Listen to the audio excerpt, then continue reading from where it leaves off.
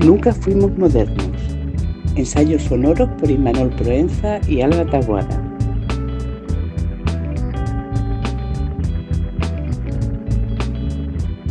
Hola chicos y chicas. Bueno, ya estamos aquí de nuevo. Buah, tenemos muchas ganas. Hoy venimos un poco atropellados y atropelladas es propio de estas fechas, también Sí, te digo, ¿eh? hemos estado un poco malitos, ¿no? Las dos. Hemos estado fatal.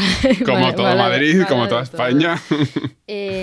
Bueno, simplemente, no, yo creo que hoy tenemos que empezar a tope Vamos con el a capítulo tope. porque que tenemos mucho, o sea que prepárate. Ya sabemos Sí. cómo nos escuchan muchos de nuestros oyentes, Sí. que algunos se van a correr, otros en el metro, Eso yendo es. para la uni, pero muchos también limpiando la cocina. Ujú. Mi madre, por ejemplo. Haciendo pasteles. Haciendo pasteles. Mi madre, por ejemplo. Muy bien, pues que le gusta entonces, mucho. manos a la masa, Sí. como se dice. Y venga, dentro Venga, capítulo. que empezamos. Venga, hoy queremos traeros algo muy propio de estas fechas y es que seguro que todas y todas, ¿no? Como ya nos ha dicho Imanol, pues estamos sufriendo lo mismo y es que estamos inmersos en una epidemia de gripe. Cada año pasa, aunque este parece que es un poco más intenso, ¿no? Esto nos da un poco de miedo, pero lo cierto es que da igual lo que hagas, que al final siempre acabamos contagiándonos. ¿Y por qué nos contagiamos? Bueno, pues porque estamos juntos, porque vivimos cerca unos de otros, compartimos espacios, respiramos el mismo aire. Lo interesante es que esos virus con los que convivimos, nuestros catarros y contagios, tienen mucho más de sociología de lo que podríamos pensar. Nuestros contagios nos permiten ponernos unas gafas distintas para entender la realidad que habitamos. Cuando los virólogos hacen esos cribados para reconstruir cómo se ha expandido un brote y quién podría ser el paciente cero, en realidad, sin saberlo, bueno, ¿qué vamos a decir nosotros? ¿No? Están realizando un pequeño experimento sociológico. Están haciendo visibles todos esos hilos que tejen la red de relaciones en las que cada ser humano, seamos más o menos conscientes, estamos insertos. Esa trama de contactos cotidianos, amistades, rutinas y encuentros fortuitos es la misma que permite que un virus viaje tan rápido y al mismo tiempo es la que nos recuerda que para bien o para mal vivimos conectados. Totalmente. Es por eso que hoy vamos a hablar de todas estas redes contagiosas, de lo bueno y de lo malo, que construyen y sostienen la realidad en la que vivimos. Redes que no solo nos conectan, sino que también nos configuran, ¿no? Y entre todas ellas vamos a centrarnos en una de las más decisivas de nuestros tiempos modernos, que es Internet. Somos hijas e hijos de Internet y aquí venimos a hablar de esto, pero lo vamos a hacer desde un punto de vista más original. Porque, bueno, eso lo tendrán que decir bueno, ellos, sí, ¿no? pero no nos apetecía como reproducir el mítico discurso, ¿no? Y queríamos como reflexionar sobre Vamos ello. a indagar sociológicamente. Sí, eso es. Y aquí viene la pregunta que da un poco de vértigo, ¿no? Y que es la pregunta que da inicio al capítulo. ¿Se ha enfermado nuestro Internet? Igual que todos los que hemos caído en la gripe estos días, como decía Alba, puede enfermar una red que también es social, que también se contagia, que se mueve con nuestros hábitos, nuestros miedos y nuestros deseos. Y si Internet está enfermo, ¿qué hacemos con él? ¿Lo cuidamos? ¿Lo dejamos que se reponga solo? ¿O lo dejamos morir como quien abandona algo que ya parece demasiado grande, demasiado complejo, demasiado agotado para arreglarlo?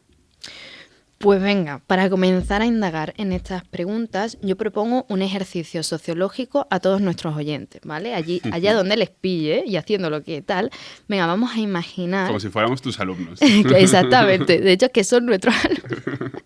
Imaginad que durante una semana entera apuntáis en una libreta los sitios en los que habéis estado cada día. Al final de la semana, muchos de nosotros nos daríamos cuenta de que transitamos espacios muy pequeños. Seguro que si no contamos el fin de semana, que es cuando más nos movemos, el dibujo que acabamos haciendo es el de un cuadrado o de un triángulo. Del trabajo a casa, de casa al gimnasio, del gimnasio al supermercado. Es por ello, y aquí viene la primera advertencia sociológica, que es muy importante no quedarse solo con lo que uno ve, ¿no? O sea, yo he escuchado muchas veces esta idea de, pues la tele dice o las estadísticas dicen no sé qué, pero yo salgo a la calle y veo esto. Bueno, ya, porque tú vives en un mundo muy reducido y ves muy pocas cosas al día, aunque Claro. nos parezca que no. Pero ¿cómo se amplía ese mundo? Porque lo cierto es que, aunque estamos en un mundo reducido, sí que es muy amplio, ¿no? Bueno, pues hoy traemos para vosotros a los propulsores del análisis de redes sociales, que esta es una subdisciplina que se puso de moda entre los años 60 y 70, aunque se originó en los años 30, ¿vale? Mucho antes de Internet, pero que a mí me parece imperativo retomar. De hecho, nunca ha llegado a ser del todo muy popular, ¿no? Es decir, está ahí, yo creo que hay que retomarla. Hemos hecho arqueología sociológica. Hombre, por supuesto.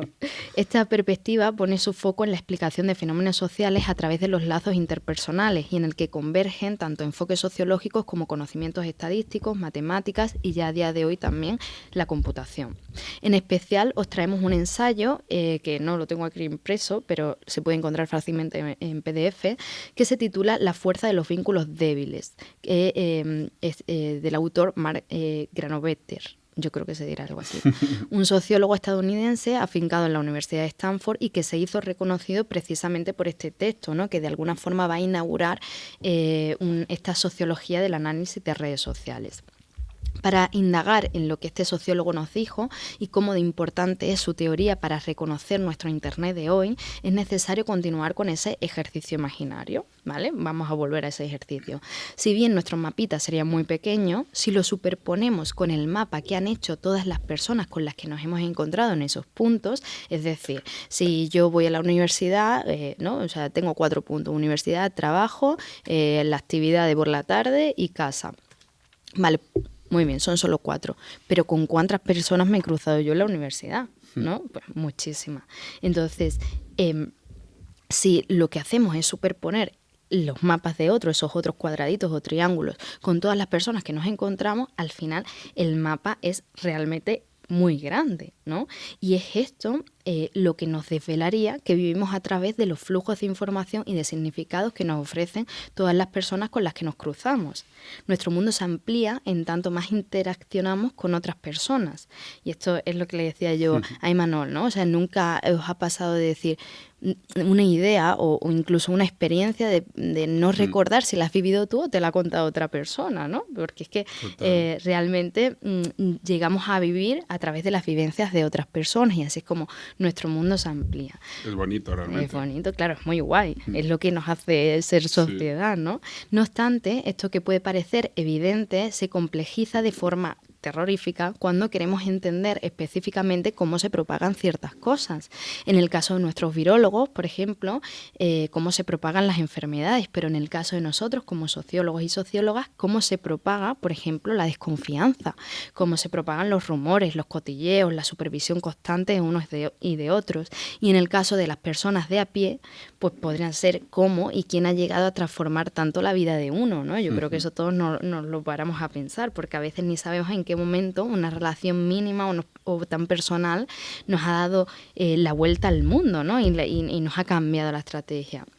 El problema es que no todos los lazos ni todas esas líneas que dibujan nuestras redes son iguales ni funcionan de la misma manera.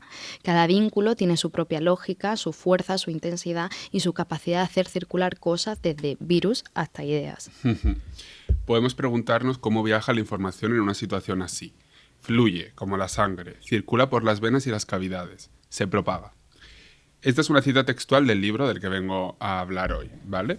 Se llama El universo observable. Es una maravilla. Que es precioso. Qué guay. Sí, está escrito por Heather McCalden, ¿vale? Que es una artista y escritora, y está publicado por Sigilo.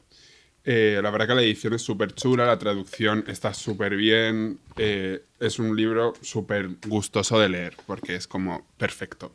Así que os lo recomendamos ahora pues para vuestra lista de deseos de Navidades. Yo lo añadiría, sí. Y más con lo que os voy a contar. Este no es un libro sobre la historia del VIH o del SIDA, tampoco es un libro académico sobre los virus, y mucho menos es un diario personal del artista. Este libro es todas esas cosas y nada a la vez. En él, la autora recupera los ecos de un trauma familiar y la memoria de sus padres que murieron por el SIDA cuando ella era pequeña. McCalden se da cuenta de que entre su historia personal marcada por un virus y todo el relato metafórico de lo vírico en Internet, se puede trazar un paralelismo que le servirá precisamente para abordar todas estas sombras familiares. Ella dice, el libro que estaba escribiendo cuando murió Nivia, que era su abuela, Era sobre los virus y la propagación de ideas. Era sobre la metáfora volverse viral y nuestra extraña necesidad de recurrir a una entidad biológica para explicar la popularidad de los memes. La viralidad parece haberse colado en la lengua vernácula de la noche a la mañana, moviéndose por nuestras bocas, sistemas, durante los tempranos 2000, tal y como lo notaron muchos críticos culturales, como una pandemia. Enlazando con el ejercicio anterior que ha hecho Alba, ¿no?, de trazar el mapa, Heather McCalden hizo algo muy similar para construir su historia. Trazó a mano las líneas del tiempo de la historia de Internet y la del SIDA, y luego las superpuso en un collage para identificar dónde se cruzaban en la conciencia pública. Durante este proceso, la línea inicial fue expandiéndose hasta adoptar la forma de una espina, de la cual surgieron distintos vectores temáticos que abarcaban desde la microscopia hasta los vídeos de gatitos en Internet. Estos vectores servirían de guía para el libro, que ella estructuró en dos grandes partes. Primero, la historia de los virus biológicos y después la metáfora de lo viral en Internet. En el centro del texto se situaría esa línea temporal como una prueba como ambos planos están profundamente unidos. Su aspiración era que el libro funcionara como una hebra del ADN. Qué chulo. Que es precioso. McCalden también trata sobre la diferencia generacional de vivir y ser criada por tu abuela después de quedarse huérfana. Este tema será trascendental en el libro y la muerte de su abuela será un punto de inflexión para ella. Tras su muerte, llega a decir que su pariente vivo más cercano es el VIH, porque de alguna forma es lo que le conecta a sus padres, que es bastante duro. En Madness, Rack and Honey, la poeta Mary Ruffell se centra en el concepto de la metáfora. Desde su punto de vista, la metáfora nunca ha sido un término meramente literario, sino más bien un evento. Para nosotras, la metáfora es el instrumento que nos permite descifrar las conexiones preestablecidas entre dos elementos, como por ejemplo el caso que nos atañe aquí, ¿no? El Internet, la viralidad, la red. Porque ¿en qué momento comenzamos a emplear un lenguaje biomédico para hablar de fenómenos digitales? Wow. ¿No? Esa es una gran pregunta. Sí. Además, a mí la idea de esta autora me resulta realmente prodigiosa porque de alguna forma nos permite entender que desde el nacimiento de nuestras redes, las que más nos amplían son precisamente aquellas que se abren más allá de nuestro pequeño mundo cotidiano, ¿no? De nuevo, si volvemos al mapa que os decía antes, ahora con Internet, pues claro, pensemos en todos los sitios por los que navegamos de forma virtual y todas las personas que allí encontramos. Claro, nuestro mundo se amplía. Por eso que las redes digitales responden de alguna forma a esa necesidad antropológica de querer conocer más y saber más, ¿no?, que es tan humana, y se convierten en unas puertas que amplían nuestro mundo, ¿no? Por eso por eso en esas redes siempre ha estado presente la viralidad. Así que, bueno, siguiendo este hilo, ¿no?, pues nos podemos poner las batas de virólogos y reconstruir la historia de nuestro virus de Internet.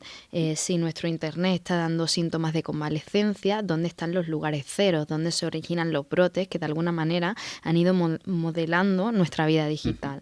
Para ello, otra lectura que traemos es esta, que os presentamos en pantalla, que se titula Las redes son nuestras, de la autora Marta Franco. Bueno, no sé si es de este año o el año anterior. Y que es una lectura que he disfrutado muchísimo, ¿vale? Marta se define como una habitante de Internet, una hacktivista, periodista, alguien que vivió la potencia colectiva del 15M desde dentro, que vio cómo miles de personas eran capaces de coordinarse gracias a infraestructuras que no pertenecían a nadie. Ella trabajó en el Ayuntamiento de Madrid en el periodo en el que estaba Carmena como responsable de comunicación y de redes, y este libro yo no diría que es un libro en realidad, siento que es como una charla, ¿no? Es como una conversación con una amiga, y además que cuando te lo lees es totalmente, o sea, es como a mí ya esta mujer me cae bien y no la conozco, ¿no? A mí me pasó algo parecido con el libro mío. Sí, es una charla porque además no hay una estructura fija, ¿no? O sea, como ella va rememorando, está fragmentado. Claro, va rememorando esa experiencia que ha tenido ella en Internet, y lo que hace es pues una arqueología de la historia de Internet, ¿no? La autora, al compartir su experiencia personal con el uso de las redes y su impulso inicial, que aquí en España fue a través de Twitter, y vinculadas a esas primeras movilizaciones del 15M, pues nos va a descubrir cómo surge Internet, ¿no? Además a nivel ya más cotidiano. Y creo que esta es una historia pues que todas las personas deberíamos empezar a conocer, ¿no? Y especialmente pues tanto alumnos, ¿no? como nuevas generaciones que ya la dan por natural. Para reconstruir esta historia vamos a marcarnos o vamos a seguir los mismos pasos que la autora nos propone, que es que Internet, ella dice, nos ha sido robado a los ciudadanos y a las ciudadanas 3 veces. Así que, para que no lo sepan, y esto también es muy importante que se tenga en cuenta, Internet es simplemente una red de ordenadores, ¿vale? Mucha gente no sabe lo que es Internet. Eso sí, no sabe lo que es Internet. No, pero tampoco nosotros. Tampoco, exactamente. Sí. Eso significa que son ordenadores que se pueden conectar entre sí y enviar información unos a otros. De ahí que se llame Internet, de hecho. Esto fue posible gracias a grandes inversiones de dinero y trabajo que provinieron principalmente del gobierno federal de los Estados Unidos, que impulsó estas infraestructuras para fines de defensa a través de la famosa agencia ARPANET, pero también fue posible gracias a investigadores e investigadoras, científicos y científicas de todo el mundo, que construyeron puentes e infraestructuras virtuales para que todos esos ordenadores se pudieran conectar. De hecho, de esos lenguajes de conexión nos queda, hemos heredado ese protocolo HTTP, que la gente no sabe qué es HTTP, pero es un protocolo de comunicación que nos queda de ese siglo XX, ¿no? Y es un estándar que nos permite acceder a la información de las páginas web. Y entonces, bueno, aquí pongo entre paréntesis, importante entender el entusiasmo que esto suponía, ¿no? Yo creo que, claro, aquí sí que hay una brecha generacional muy tremenda cuando hablas con aquellas personas que han vivido el nacimiento de Internet, ves cómo era el entusiasmo real de decir, joder, es que claro, se están ampliando todos esos lazos, es algo realmente revolucionario para... ¿Quién no ha tenido un amigo que su padre era súper geek, ¿no? Que tenía como el Mac ese primero y tenía un montón de software libre instalado, ¿no? Yo me acuerdo un poco el open source, me acuerdo la como revolución de los 2000 de Internet, que había gente muy, muy a tope con todo eso. Exactamente, y luego, sin embargo, cuando hablas con gente mucho más joven, es algo que simplemente se da por hecho, ¿no? Entonces aquí es donde la autora habla del primer robo, ¿no? Dice, esto ocurrió cuando el buscador de Nescafé salió a bolsa en 1995, dando inicio a lo que más tarde se conocería como la burbuja de las .com.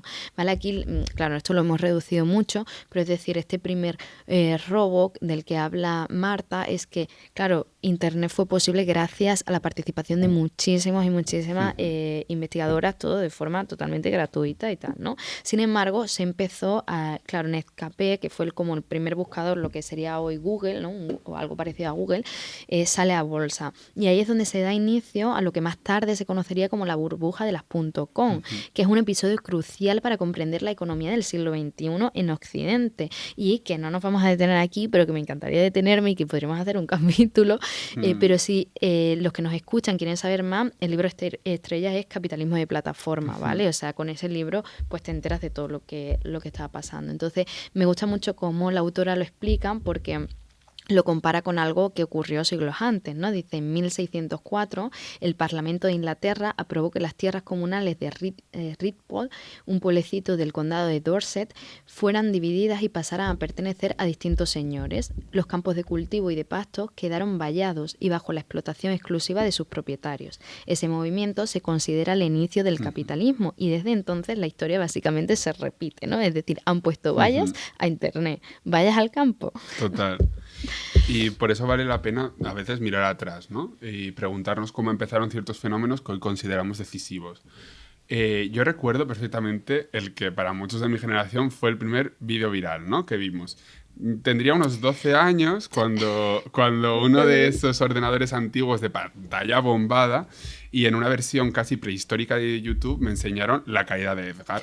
Ya, güey. Que, claro, ya, güey. Tío, cuando el por favor, me empieza a reír. Claro. Era un clip doméstico donde dos niños juegan junto a un río hasta que uno pierde el equilibrio y cae al agua mientras el otro se ríe sin piedad.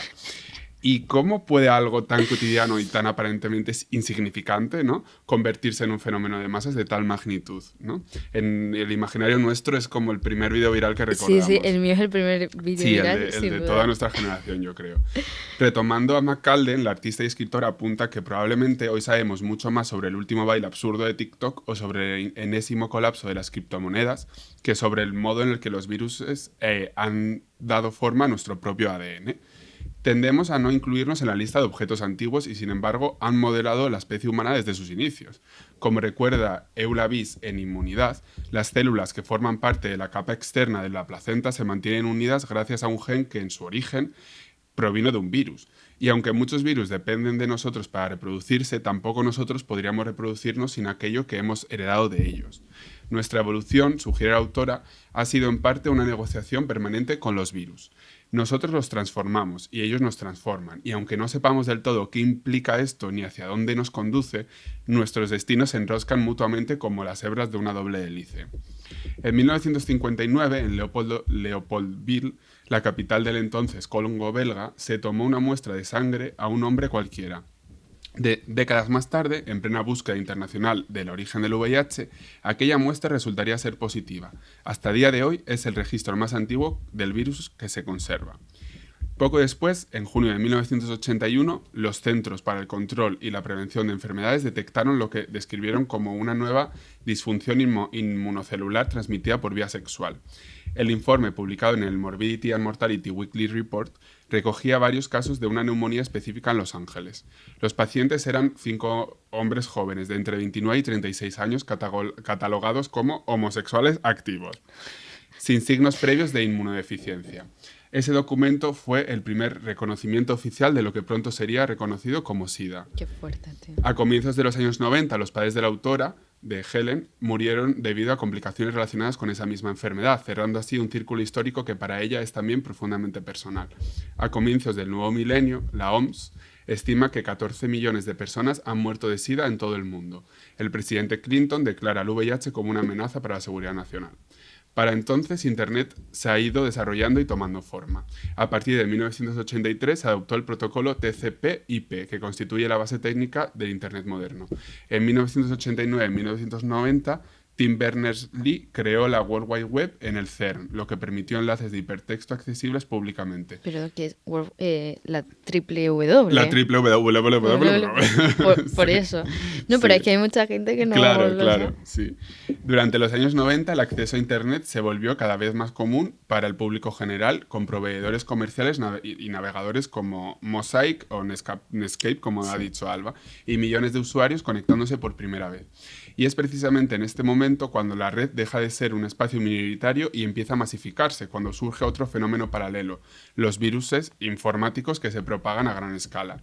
Igual que ocurre con los virus biológicos, su aparición tiene que ver con la densidad del ecosistema. Cuantas más máquinas interconectadas, más oportunidades de infección. A comienzos de los 90 empiezan a circular virus que viajan en disquetes, en archivos compartidos y más adelante en correos electrónicos. Programas capaces de copiarse, mutar y dispersarse por la red naciente. Internet crece y con él crece también su vulnerabilidad. Uno de los ejemplos más célebres de esta primera era de infecciones digitales fue el virus I Love You, que esta historia nos encanta. Esta historia, por favor. Sí, también conocido como el virus del amor.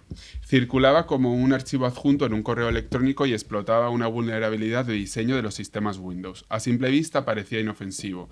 El adjunto llevaba el nombre loveletterforyou.txt.vbs. Y gracias a la manera en la que el sistema ocultaba sus extensiones complejas, muchos usuarios lo identificaban como un simple documento de texto. Pero al abrirlo, el virus actuaba con contundencia. Dañaba archivos del equipo y además se replicaba automáticamente enviándose a todos los contactos de la víctima. En cuestión de días había infectado más de 45 millones de ordenadores en todo el mundo, con un coste económico estimado en $5.000 millones de la época. que sería mucho más a día de hoy.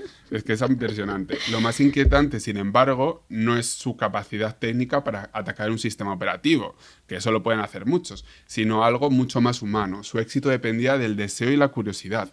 El virus no solo aprovechaba una falla informática, sino que también era una falla emocional, ese impulso casi automático, ¿no?, que lleva a abrir un mensaje cuando parece contener una declaración de amor. Es que exactamente, ¿no? Y aquí es Total. cuando Marta Franco, nuestra autora de Las redes son nuestras, junto con otro libro que también he disfrutado mucho, es del famoso escritor y divulgador de tecnología, pero este es de los buenos, de los buenos divulgadores tecnológicos. Alguno hay. Sí, que salió recientemente este año. Lo enseñamos aquí, a ver si lo puedo conseguir. Aquí. Es súper bonito el libro, me Sí, encanta. se titula... es de Ben Tarnoff. Nos habla del segundo robo de Internet, ¿vale? Este segundo robo es posible gracias a la lógica que permitió que la web 2.0 funcionara, una lógica basada en afecto, ¿no? O sea, ya sean malévolos o cargados de deseo de amor, de libertad de expresión, que es la que nos lleva a colaborar, ¿no? Que es el sentido de por qué funciona Internet. En Internet todo funciona por su criterio en forma de red y por el papel fundamental que tienen los lazos débiles de los que nos habla Granovetter, nuestro sociólogo. ¿Y qué significa esto? Pues a ver, mucha de la sociología de los años 90 y de los 2000 insiste en que Internet propicia y promueve los lazos débiles. Pensemos de nuevo en las relaciones que tenemos en el mapita que habíamos dibujado, ¿vale? Esto se debería de haber llamado el mapa de, no sé... Y lo que vamos a ver es que no todas las relaciones son iguales, ¿no? Cuando vas a la universidad o al trabajo tienes a un grupo reducido de personas que serían como tus amigos, tu familia o esos compañeros con los que pasas más tiempo. Estos suelen ser con quienes compartimos mayor afinidad, siguiendo la lógica de afinidad electiva de Weber, uno de los padres de la sociología, de lo que no nos vamos a meter, pero en algún momento tendremos que hacer un capítulo hablando de Weber. El espíritu del capitalismo. Yo creo que hay que hacerlo. Buah, pero ¿cómo lo hacemos divertido? ¿Cómo hacemos? y lo juntamos con algo súper postmoderno y a ver qué sale. No, y nos mata todo el mundo. Tenemos que hacerlo. Venga, esto es para el nuevo año. 2026 viene cargado, ya verás. Sí. Vale, entonces, es decir, nos solemos juntar con aquellos con los que tenemos más afinidad electiva, ¿no? Con los que solemos tener ideas similares y un sistema de creencias más o menos compartido, ¿no? Esos suelen ser nuestros lazos fuertes, nuestras amistades. Para Granovetter, pero Granovetter dirá que aunque esos vínculos fuertes son importantes, es precisamente a partir de los lazos débiles, esas personas que no son tan afines a nosotros, pero con las que compartimos espacios irremediablemente, desde donde llega la información diferente, inesperada o menos común, aquella que no circula en nuestros grupos habituales. Y esto es muy interesante porque Internet favorece enormemente este tipo de vínculos débiles. Por eso Internet se convierte en una puerta gigantesca a múltiples realidades y además es a través de esa lógica colaborativa de compartir como también generamos confianza, ¿no? Es decir, aquí los lazos débiles estarían participando en algo que parece mucho más fuerte, ¿no? Que es la lógica de la confianza.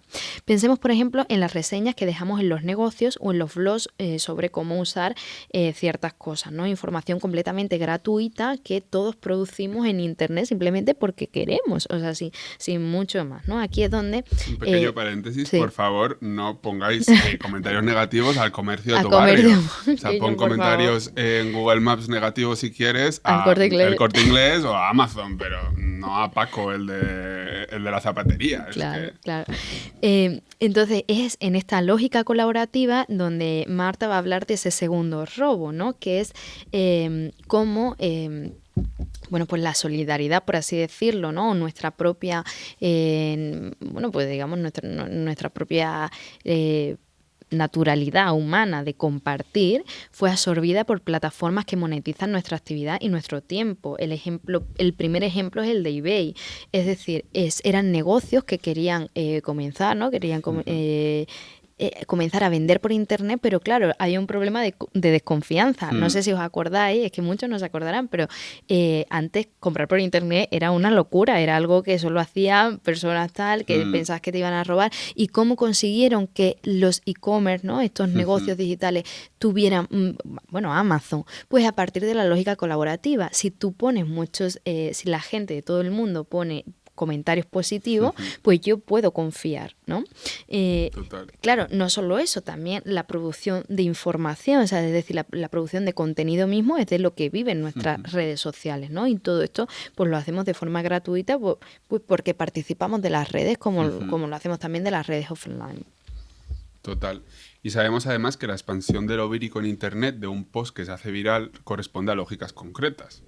Sabemos además que los algoritmos que regulan y dictan aquello que se va a volver viral funcionan alimentando elementos que generan emociones fuertes. Esto ya se ha estudiado mucho, como la ira, el miedo, el asco, etc.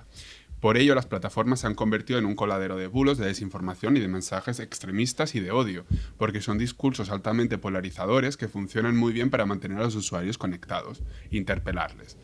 En este sentido, el lenguaje de Internet no es neutro, y a propósito de esto, mi autora, ¿no? McCalden dice: cuando se discute la acción de los virus, es casi imposible no emplear la personificación. Las palabras invadir, comportamiento, voracidad, protesta u obsesión le inyectan fuerza letal al virus. A falta de ecuaciones, no tenemos un lenguaje neutral para hablar de lo que hacen los virus. En 2016, un artículo de investigación afirmaba que la próxima sensación viral podía ser predicha e incluso manufacturada, demostrando que, en realidad, detrás de lo viral hay un patrón concreto y cómo a partir de la matemática se pueden adivinar los mecanismos sinérgicos o las relaciones entre personas que podían detonar una explosión viral. La metáfora volverse viral se menciona brevemente al comienzo del artículo.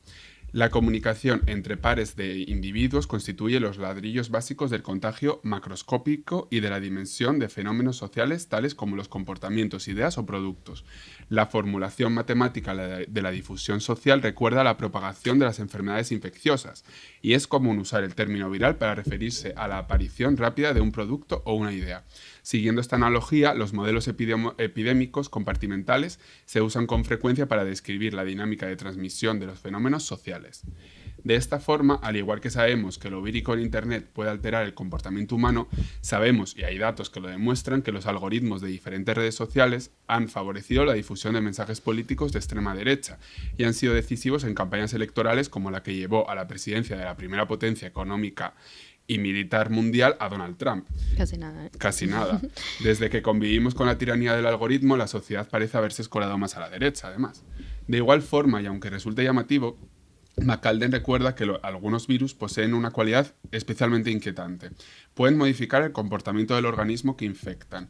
El ejemplo más conocido es el de la rabia. En este caso, el virus aloja en las glándulas salivares del huésped, lo que hace que beber líquidos interfiera con su propia reproducción. Para evitar esa interrupción, el cuerpo infectado empieza a sufrir espasmos en la laringe y en la garganta, dificultando cada intento de tragar. Poco a poco, esa asociación entre el gesto de beber y el dolor se vuelve tan intensa que termina generando un temor al agua, que se llama hidrofobia. La capacidad para ingerir saliva o agua favorece la propagación del virus. Incapacidad, ¿no? ¿Sería? Sí. La capacidad, sí. Vale. E incapacidad, que se multiplica en las glándulas salivares y se transmite con mayor eficacia mediante una mordedura.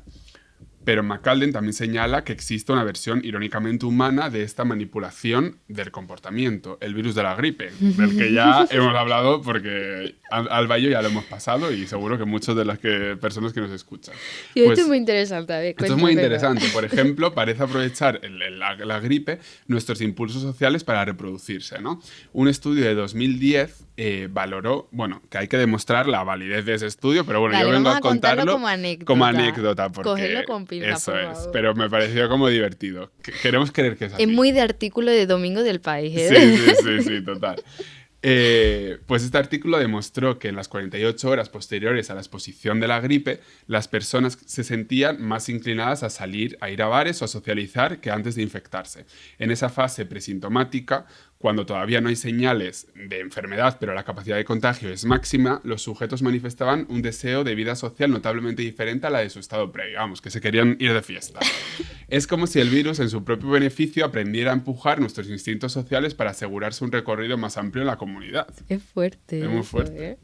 Pero esto nos lleva al tercer robo, que podríamos resumir, aunque ha sido muy trabajado por muchos autores y autoras, ¿vale? O sea, Esto tiene mucho, además ahora se está publicando mucho y tiene muchos nombres, ¿no? Pero podríamos llamarlo como el robo de la atención.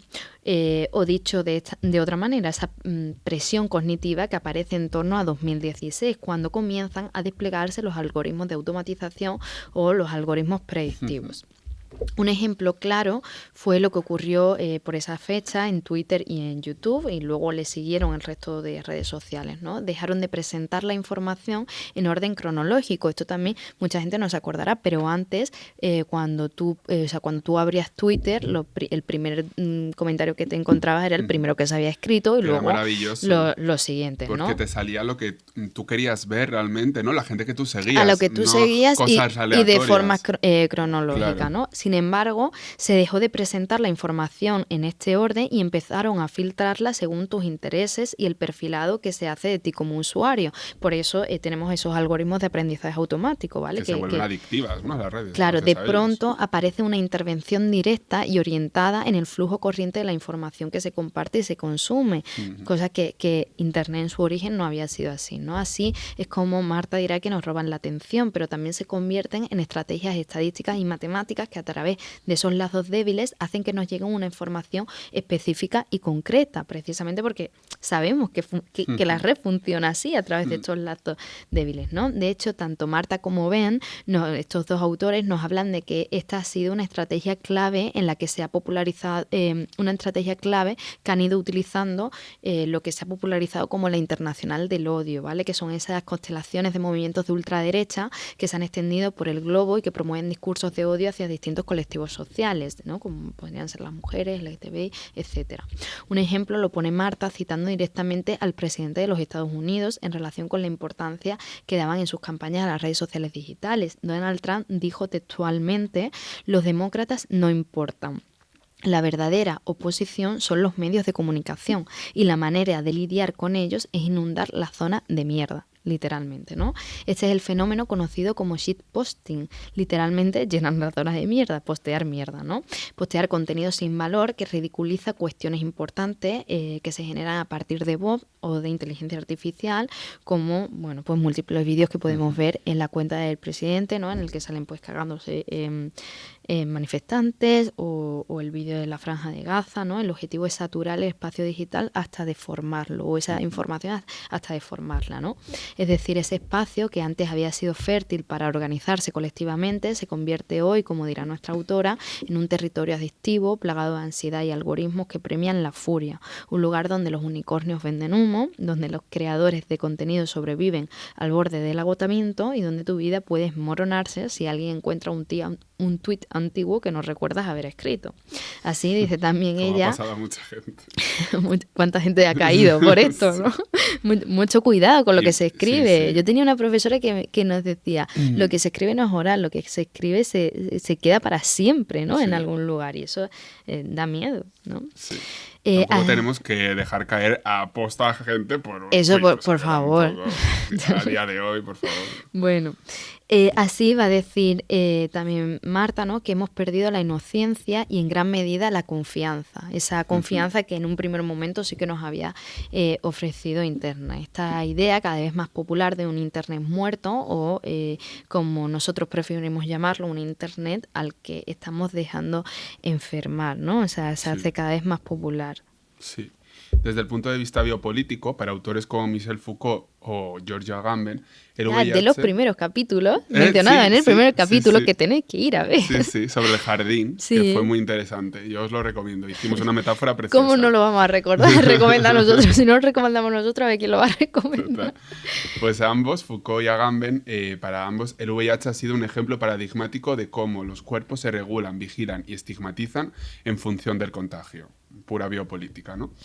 El virus no solo afecta al cuerpo, sino que genera discursos sobre el cuerpo peligroso, desviado, contaminado, especialmente en sus inicios, asociado a las comunidades LGTBI+, trabajadoras sexuales, usuarios de drogas, gente marginal, ¿no? En aquel momento. La viralidad en este caso es literal. El virus se transmite en el cuerpo, generando una red invisible pero poderosa de transmisión que la sociedad trata de controlar.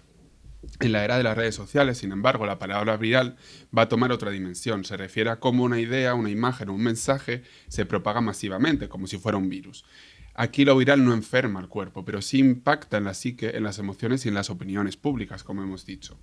El VIH y la viralidad en redes sociales se entrelazan porque ambos operan a través de sistemas de contagio.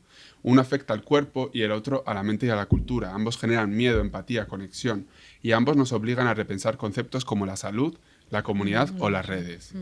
De alguna forma, la idea que planteamos en este capítulo es que, al igual que las personas que se dejaron morir por el SIDA en lo peor de la epidemia, a cuenta de la inacción de gobiernos por el peso del estigma o por el retraso en la investigación de los fármacos, no es que Internet esté enfermo, sino que lo estamos dejando enfermar. Exacto. La forma en la que las autoridades públicas y la industria farmacéutica abordaron la epidemia del VIH dejó un trauma generalizado para miles de personas que tuvieron que lidiar con el estigma y el silencio que implicaba tener un diagnóstico positivo.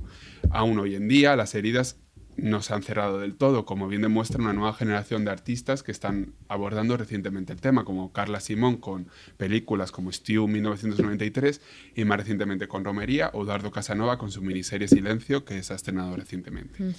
En el imaginario colectivo siempre ha predominado la pandemia de VIH como algo reservado para personas desviadas, marginadas, básicamente yonkis y maricones. Este estigma además funcionó muy bien a los gobiernos ultraconservadores de la época, como Ronald Reagan o Margaret Thatcher, para leccionar a la sociedad a seguir los caminos predeterminados y que no se desviaran de la norma. Qué fuerte, tristemente. Sí. Pero claro, lo que más me han gustado de todos estos autores, ¿no? Lo que más hemos valorado Imanol y yo, es que nos dan muchos antídotos para recuperar Internet, para no caer en el error, ¿no? De dejar a las cosas morir, a las cosas que son importantes. Para que la fuerza de esos vínculos débiles vuelvan a darnos todo lo increíble de compartir la vida con la gente. Marta recupera algunos ejemplos del Internet que pudo ser, ¿vale? Lo hace durante todo su libro y pone algunos ejemplos, ¿no? Por ejemplo, activistas desarrollando herramientas como oiga.me para enviar miles de mensajes a representantes políticos con un solo clic, plataformas ciudadanas como Democracia Real Ya, organizando actos, asambleas, crowdfunding en tiempo real. A partir de acciones como esta, en este caso la de Óigame, Marta habla de que incluso la revista Pronto, que no sé si os acordaréis, pero fue la más leída de España en 2011, abrió un consultorio sobre desahucio junto a la PA y regaló pegatinas de Stop Desahucio, ¿no? O sea, es como, imagínate, y esa era la fuerza de las redes cuando nos pertenecían, dice ella. Aunque no lo parezca, la monetización de los discursos de odio se puede acabar. Ella usa una cita que es muy famosa de nuestra autora a la cual amamos, Ursula K. Le Guin, y que algún día pues debemos también hacer algo con ella, ¿no? O sea, ojalá. me habéis entendido. Esta cita dice: vivimos en el capitalismo. Su poder parece inevitable. Lo mismo ocurrió con el derecho divino de los reyes. Cualquier poder humano puede ser resistido y cambiado por los seres humanos. Totalmente. Con Internet enfermo, muchos piensan que las redes ya no sirven para hablar de política, ni para informarse, ni para organizar luchas sociales, y sin embargo no podemos renunciar a ella. Marta nos dice: Internet no es más importante que las luchas climáticas, sindicales, decoloniales o antirracistas, pero es la herramienta sin la que ninguna de esas luchas puede avanzar con fuerza. Las redes, en un sentido más material, son un aparejo hecho de hilos o cuerdas trenzadas en forma de malla. Sirven para pescar, cazar, sujetar. Nos han delimitado, ¿no? Pero también nos han sostenido. Las redes las hemos usado toda la vida los seres humanos. Acumulan fuerza gracias a algo que no pesa y que es flexible, que se adapta. Quizás por eso la sociología desde su origen quiso comprender a los humanos no como individuos aislados, sino como nudos dentro de tramas más amplias. Granovetter nos ha mostrado que los vínculos débiles son los que realmente conectan mundos, los que permiten que la información circule, que las innovaciones se difundan y que los riesgos, incluso las enfermedades, se contagien socialmente. Correr riesgos también es muy importante y también es muy positivo. Internet es de todos. Puede que haya enfermado, pero no por ello debemos dejarlo morir. Eso es lo que queremos decir. O dejarlo solo en manos de quienes disfrutan en la enfermedad y en sus vulnerabilidades. Existe un nuevo tiempo para Internet, uno que no nos haga pasivos. Es el momento de coger las redes y darle el antídoto. Qué bonito. Pues Pues muchas gracias por acompañarnos en este capítulo, ¿no? Yo quiero dar las venga. gracias a Itziar, una librera maravillosa de la librería Finestras de Barcelona, que me recomendó esta lectura y la he disfrutado muchísimo. Así Qué que guay. gracias. Le damos las gracias y damos las gracias Sí. también a todos nuestros oyentes. Sí. Recordamos que esto ha sido el mejor proyecto en el que nos hemos embarcado este 2025. Entre otros muchos. Porque... Han sido muchos, pero yo diría que, joder, Alba se ha doctorado. o sea, Ya es han doctora. pasado muchas cosas mientras Sí. hacíamos todos estos programas, ¿no? Al Sí. final, bueno, lo hemos hecho para 2026, viene con más fuerza todo. Sí, total. Y nada, o sea, simplemente eso, daros las gracias. Sí. Sabemos que ahora ya sabemos que hay gente detrás, ¿no? Queremos que cada vez sea más, pero muchísimas gracias Sí, y que a lo todos. disfrutéis tanto como nosotros. Y que feliz Navidad y que améis mucho a la gente y que disfrutéis y mucha suerte Total. para los exámenes que entran ya ahora, Total. ¿vale? Un abrazo. Pues nada, chao. Chao.